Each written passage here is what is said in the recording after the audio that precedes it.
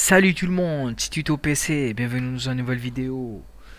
Aujourd'hui je fais une petite vidéo concernant les processus inutiles de Windows à désactiver. Vous savez, si vous les désactivez, ben ça peut éventuellement vous aider à libérer ou à soulager un peu la RAM de votre système ou machine. Voilà, parce que c'est de base, ce sont des processus que Windows peut ou pas les utiliser, ou vous voyez, ben du coup, vaut mieux les désactiver parce qu'ils sont inutiles, ils bouffent juste de la RAM pour rien et ça peut laguer le système à force, hein. De préférence avoir une bonne disponibilité de RAM que qu'avoir une RAM full charge, vous voyez. Ben voilà, je fais une petite liste sous format PDF. Voilà. Voilà, je zoome un peu, voilà. Voilà, on commence, voilà, par ordre alphabétique, bien sûr. Le premier processus à désactiver, ou service, comme vous voulez. Voilà, pour désactiver les processus, il faut aller sur Windows 7 ou 10 ou Vista, c'est la même chose. Vous cliquez sur le logo ordinateur ou ce PC. Vous cliquez sur Gérer. Voilà, vous attendez juste un peu. Voilà, vous voyez. Maintenant, on clique sur Services et applications, tout en bas. Après, double-clic sur Service. Attends, voilà. Voilà, maintenant vous avez tous les processus que Windows utilise ou n'utilise pas. Voilà, vous avez les processus en cours d'exécution, type de démarrage automatique ou manuel ou désactivé. Sur cette vidéo, on va les désactiver. Voilà, et pour désactiver ou activer un processus, on prend celui-là par exemple, vous cliquez droit dessus, vous faites propriété. Voilà. Ce service-là est arrêté. Si vous voulez le démarrer, vous appuyez sur démarrer. Voilà, on va voir un autre processus qu'on peut le désactiver comme on va voir l'exécution. Voilà, comme sur la configuration automatique périphérique connectée au réseau, on va cliquer dessus. Propriété, voilà, celui-là on peut les désactiver. On clique, celui-là est sur manuel, type de démarrage manuel. On clique sur désactiver si on veut le désactiver ou le rendre automatique. Ou manuel, c'est genre il s'active automatiquement si on veut. Voilà, vous voyez. Si on démarre le logiciel qui a besoin de ce processus ou de ce service, il s'active automatiquement parce qu'il est en mode manuel. Si on n'a pas besoin, on le désactive. Voilà. Je vais vous montrer. Voilà, vous voyez la liste. Vous avez accès du périphérique d'interface d'utilisateur. De base, il est en mode manuel. On peut le désactiver parce qu'on n'a pas vraiment besoin de ça tout au long de l'utilisation de votre système. Il bouffe juste de la RAM pour rien. Deuxième processus à désactiver, agent de protection d'accès réseau. Vous n'avez pas besoin de ça. De base, il est automatique, mais on peut les désactiver. Vous voyez, assistance IP automatique de base, on peut le désactiver. Il peut fournir des informations, mais des informations de connectivité qu'on n'a pas forcément besoin. Personnellement, je l'ai désactivé, j'ai eu aucun problème. Après, on a assistance NetBIOS sur TCP/IP. C'est automatique de base, mais on peut le désactiver, on n'a pas besoin. Branche de cache de base il est manuel, on peut le désactiver, il n'y aura aucun problème. J'ai personnellement testé tout ça. Au contraire, j'ai eu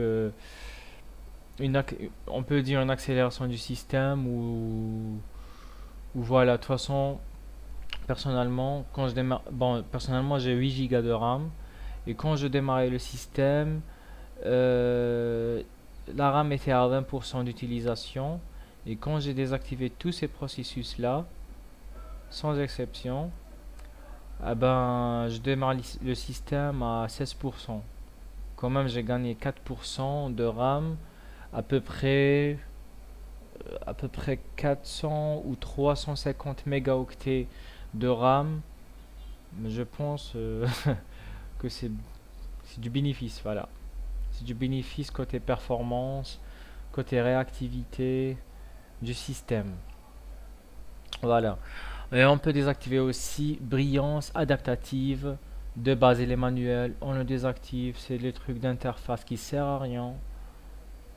Vraiment à rien. Carte à puce manuelle de base où on peut le désactiver. Si vous utilisez une carte à puce connectée à votre ordinateur, ne désactivez pas ce processus. Laissez-le en mode manuel. Quand vous branchez l'appareil à carte à puce à votre machine, il s'active automatiquement. Client, désolé pour l'avoir un peu fatigué, hein. Client de suivi de liens distribués. Ben, de base c'est automatique, on le désactive, il n'y aura aucun problème sur votre ordinateur. Configuration des services bureau à distance. De préférence, on le désactive. Parce que qui utilise bureau à distance? Personne. Si vous utilisez notre logiciel comme bureau à distance, je vous conseille d'utiliser TeamViewer, si vous connaissez. TeamViewer, c'est un bon logiciel de bureau à distance si vous voulez contrôler un autre ordinateur à distance pour aider votre ami ou à régler un petit problème sur son PC ou même faire du stream, hein. Du stream vidéo, stream game. Mais attention, il faut avoir une bonne connexion quand même. Un autre processus à désactiver, c'est détection de services interactifs. De base, il est manuel, on le désactive, il n'y aura aucun problème. Voilà, il a une relation avec les boîtes de dialogue créées avec les services interactifs lorsqu'ils apparaissent. Genre les petites notifications qui sont là, qui servent vraiment à rien.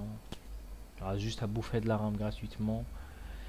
Voilà, un autre processus à désactiver. Énumérateur de bus IP PNPX. Ben, d'après le nom, ça paraît compliqué, mais il sert pratiquement à rien. Ben, ça sert de base, il est manuel, on peut les désactiver. Ça sert à gérer les réseaux virtuels. Voilà, les périphériques connectés au réseau, des trucs comme ça sert à rien. Ça sert à rien. Ben, ça sert pour les professionnels, bien sûr, mais pour les particuliers, pour les gamers qui ont besoin de RAM pour démarrer leur jeu, pour les jeux plus gourmands, vous voyez, bon, ça sert à rien. Expérience vidéo, haute qualité Windows, de préférence on le désactive, et le manuel automatiquement. Ben, il sert à rien pour moi parce que personnellement j'ai une carte graphique Nvidia, elle gère tout ça, mais je fais totalement confiance à Nvidia, vous voyez. Et personnellement, j'utilise pas la carte graphique Intel Family HD qui vient de base sur la carte mère parce que pour moi, je suis un gamer, donc je l'utilise pas. J'utilise plutôt la carte graphique Nvidia pour plus de performance. Voilà, autre service à désactiver, fichier hors connexion, automatique de base, on peut désactiver. Effectuer une activité de maintenance sur le cache, ça sert à rien, voilà, parce que personnellement j'ai un utilitaire que je vous conseille d'ailleurs d'installer, c'est Advanced Care qui fait le nettoyage de votre système. Vous cliquez juste sur balayer, ben Il nettoie le cache. Il nettoie les fichiers, plutôt plutôt les logiciels qu'on a fermés, qui reste le processus activé sur la RAM. Ben, il nettoie tout ça. Il fait plein de choses. Je vous conseille de l'installer. Voilà. Il est très utile. Gestion à distance de Windows. Gestion WSM. Manuel de base. On peut le désactiver. Ouais, ça sert à rien. Protocole de gestion de services web pour la gestion à distance. Ça sert à rien. Si vous êtes professionnel, j'insiste encore une fois, ça peut vous aider. Mais pour les utilisateurs, pour les utilisateurs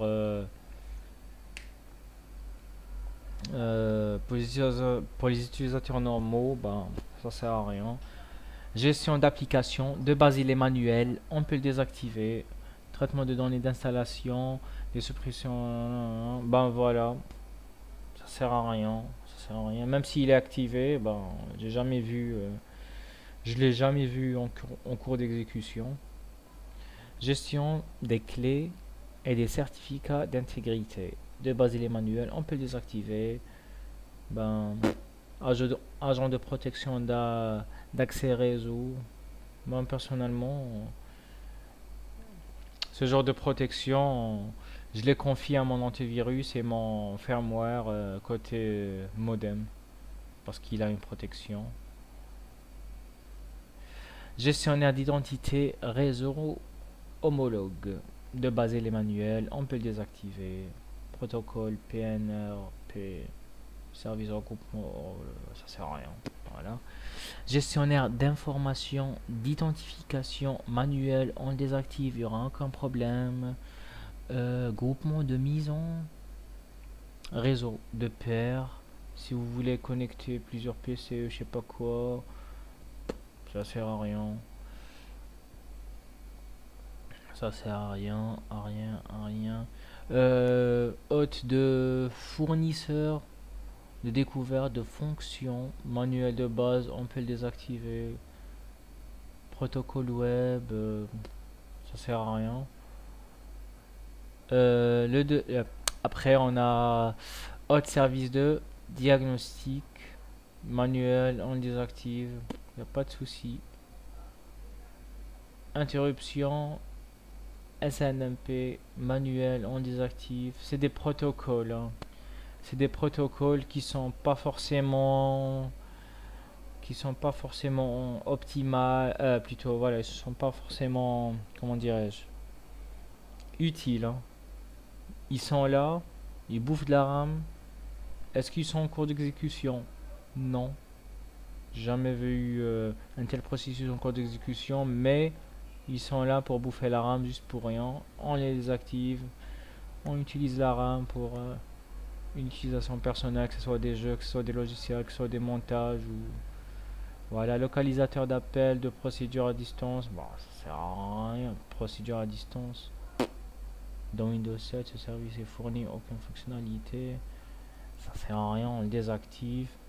Mappage de découverte de topologie de la couche de liaison. Je sais pas, on le désactive.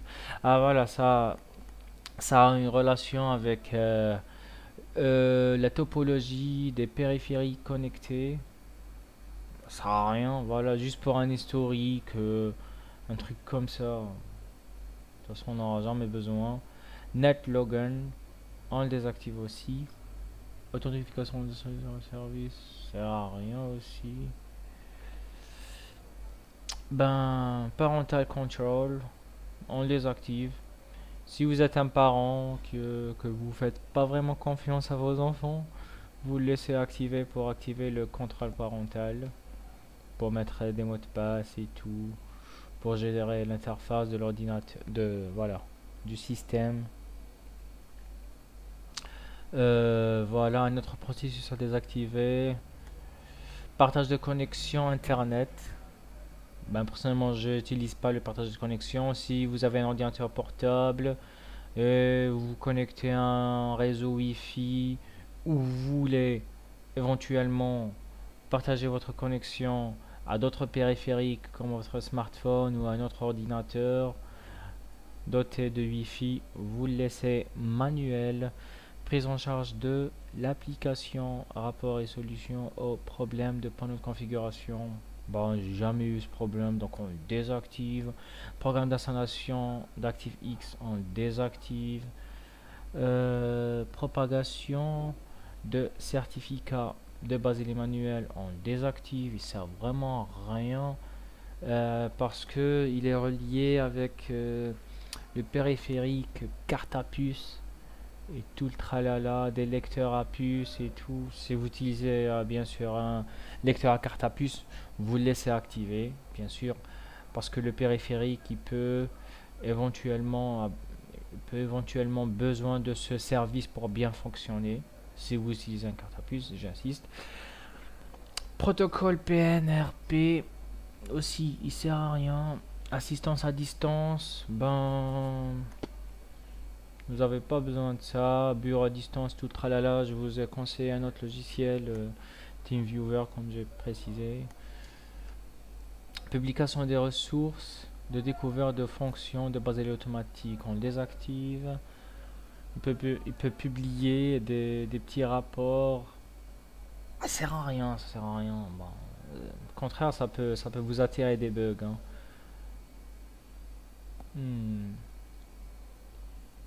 Redirecteur de port du mode utilisateur de service bureau à distance, vous le désactivez aussi. Registre à distance, désactivez aussi. Ben pour moi, si on désactive ces bureaux à distance et les registres à distance, je pense que ça aura une protection de plus pour vous contre le hacking, je dirais. Service biométrie Windows, ça sert à rien. Si vous avez un capteur biométrique, capteur d'empreinte, capteur d'iris, vous laissez activer. Mais personnellement, je n'ai pas, et personnellement, je connais pas beaucoup de monde qui ont ça. Sauf pas les maniaques, hein, qui n'ont pas confiance au mot de passe. Service suivant, à désactiver bien sûr. Service de configuration automatique WWRN. Ben personnellement, on n'a pas besoin de ça parce que je sais pas, le modem de votre PC prend en charge tout ça. Si vous voulez configurer, ben, vous entrez dans l'adresse IP de votre modem et vous configurez votre modem directement sans passer par Windows, parce que c'est très compliqué de passer par Windows, hein, vraiment. Service d'assistance, compatibilité des programmes. Ben, manuel, on peut le désactiver, parce que si vous avez une incompatibilité d'un logiciel avec votre système, qu'est-ce que vous faites? Vous faites clic droit sur votre logiciel ou utilitaire à installer, vous faites propriété, après compatibilité, après vous sélectionnez un système antérieur à votre PC. Si vous êtes sur Windows 10, vous sélectionnez Windows 8 ou Windows 7 ou Windows Vista ou peut-être Windows XP. Si vous êtes sur Windows 7, vous sélectionnez Windows Vista ou XP, vous voyez. Et vous essayez à chaque fois d'installer le logiciel s'il ne veut pas s'installer sur votre système actuel. Voilà. Service de la passerelle de la couche d'application. On désactive. C'est des services de protocole à... ça sert à rien. Voilà, ça sert à rien. Service de planification Windows Media Center. Ben celui-là déjà, de toute façon Windows l'a pas mis en avant-plan. Windows Media Center, il a mis en, comment dirais-je, il était sur Windows 7, Windows 8 ils l'ont complètement supprimé, Windows 10 il en parle plus du tout. Voilà, c'était juste un petit truc que Windows a testé. Il a voulu genre programmer un programme TV, des trucs comme ça, voilà. Des trucs qui bouffent de la RAM pour rien. Service de prise en charge Bluetooth. Si vous avez un Bluetooth, vous laissez activer, plutôt manuel, il s'active automatiquement. Si vous n'avez pas de Bluetooth, ben vous le désactivez.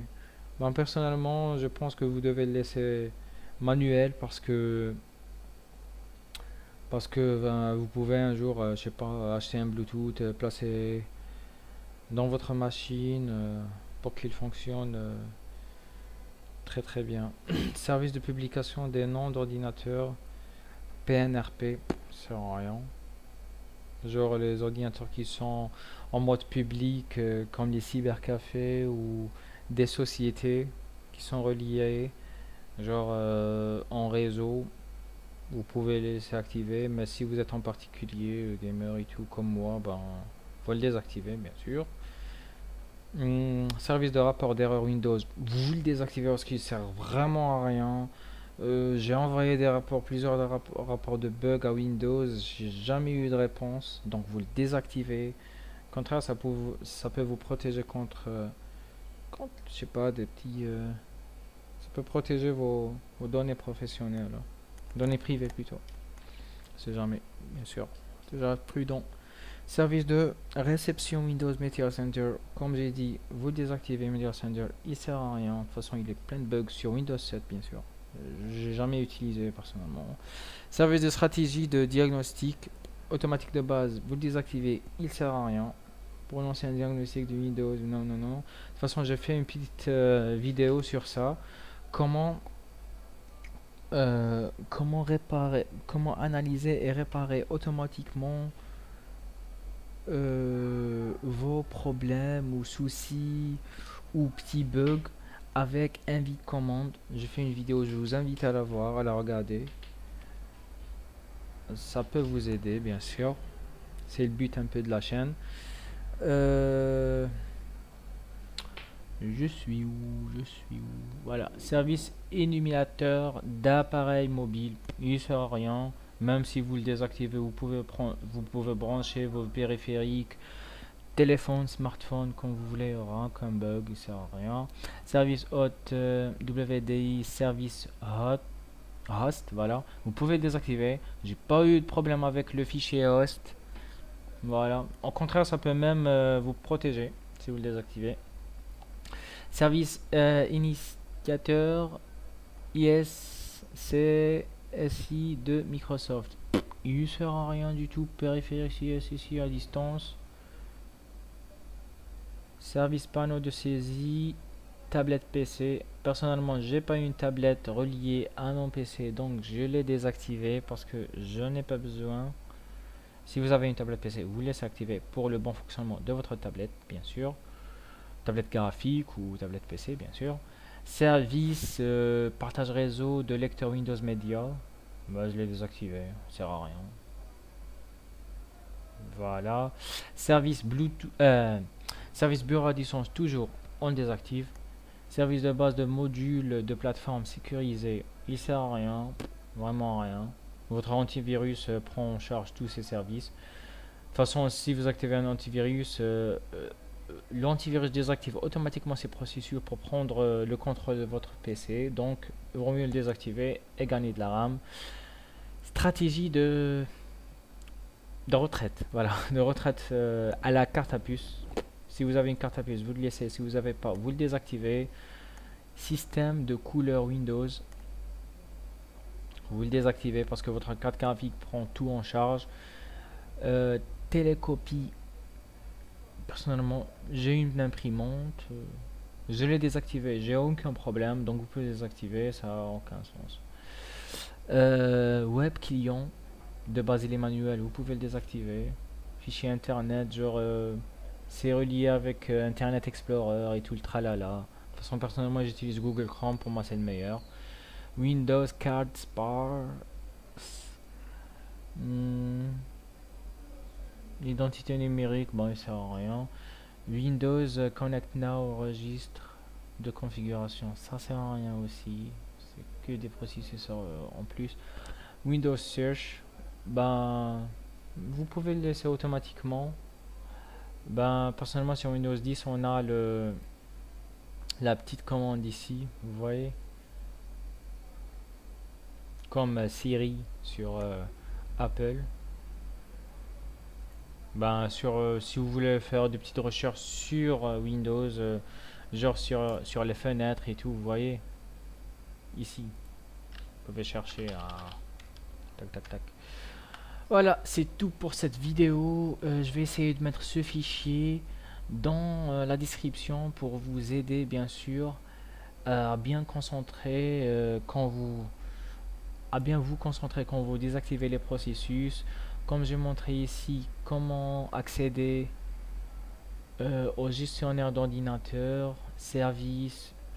Voilà, vous désactivez les processus. Voilà, vous cliquez, encore une fois, je vous remontre.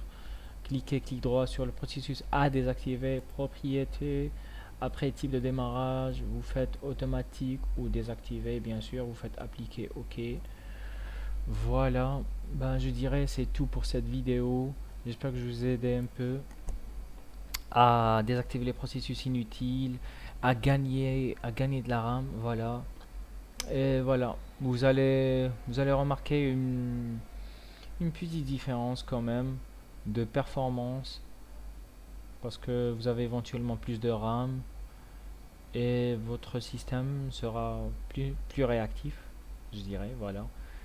Voilà, je vous invite à partager la vidéo, à mettre un petit pouce bleu, ça fait toujours plaisir, à mettre des commentaires bien sûr, à me proposer à faire des vidéos. Si vous avez un problème, je peux vous aider, à aucun souci. Je suis très actif sur cette chaîne YouTube, très actif, donc je répondrai rapidement à vos commentaires bien sûr. Et abonnez-vous, vous êtes les bienvenus et à la prochaine. Ciao ciao, bye bye.